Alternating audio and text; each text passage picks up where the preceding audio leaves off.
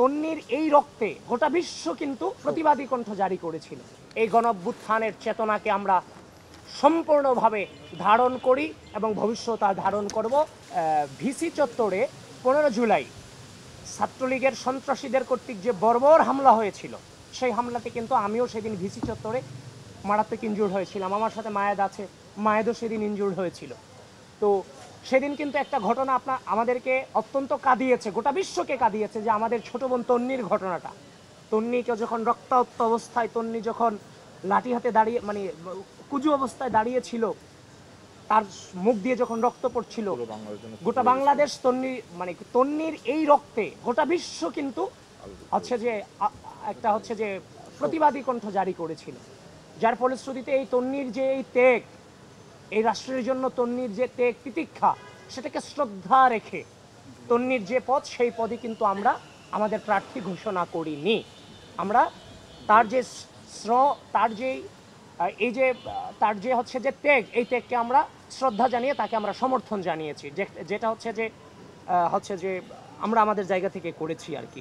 এবার আমাদের যে প্যানেল, এই প্যানেলের গণঅভ্যুত্থানের ওপর আমাদের যথেষ্ট ঋণ আছে। আজকে আমরা এখানে নাও বসতে পারতাম, আমরাও আজকে শহীদের লিস্টে থাকতে পারতাম, নিঃসন্দেহে পারতাম, কিন্তু আল্লাহ আমাদের বাঁচিয়ে রেখেছেন, সৃষ্টিকর্তা আমাদের বাঁচিয়ে রেখেছেন। হয়তোবা কোনো দায়িত্ব আমাদের কাছে আছে, এজন্যই আমাদেরকে বাঁচিয়ে রেখেছেন, এটা আমরা বিশ্বাস করি। তো এই 24-এর যে চেতনা, 24-এর চেতনা অপশাসন, স্বৈরশাসন এবং মানুষের মুখ চেপে ধরার বিরুদ্ধে এক দীর্ঘ আপোষহীন সংগ্রাম। এই সংগ্রামটা কিন্তু কেউ এককভাবে করেনি, এই সংগ্রামটা সামগ্রিক শক্তিগুলো মিলে করেছে। তো এই সংগ্রামের চেতনাটাকে তখনই অক্ষুণ্ণ রাখা যাবে যখন এই সংগ্রামের সামগ্রিক শক্তিগুলোর মধ্যে পারস্পরিক শ্রদ্ধা, স্নেহ, সহানুভূতি, সহমর্মিতাগুলো যখন বিরাজমান থাকবে, তখনই কিন্তু এই চেতনাকে অক্ষুণ্ণ রাখা যাবে।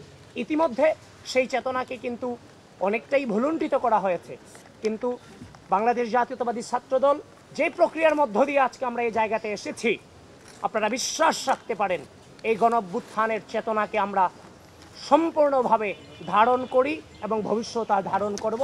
এর মধ্য দিয়ে শ্রদ্ধা, স্নেহ, রাজনৈতিক যে সহাবস্থান, যে সহমর্মিতা, পারস্পরিক শ্রদ্ধা স্নেহের যে টার্মগুলো, এগুলোকে বাংলাদেশ জাতীয়তাবাদী ছাত্রদল যে প্যানেল আপনারা আপনাদেরকে দেখছেন, আমরা ইনশাল্লাহ বাস্তবায়ন করব।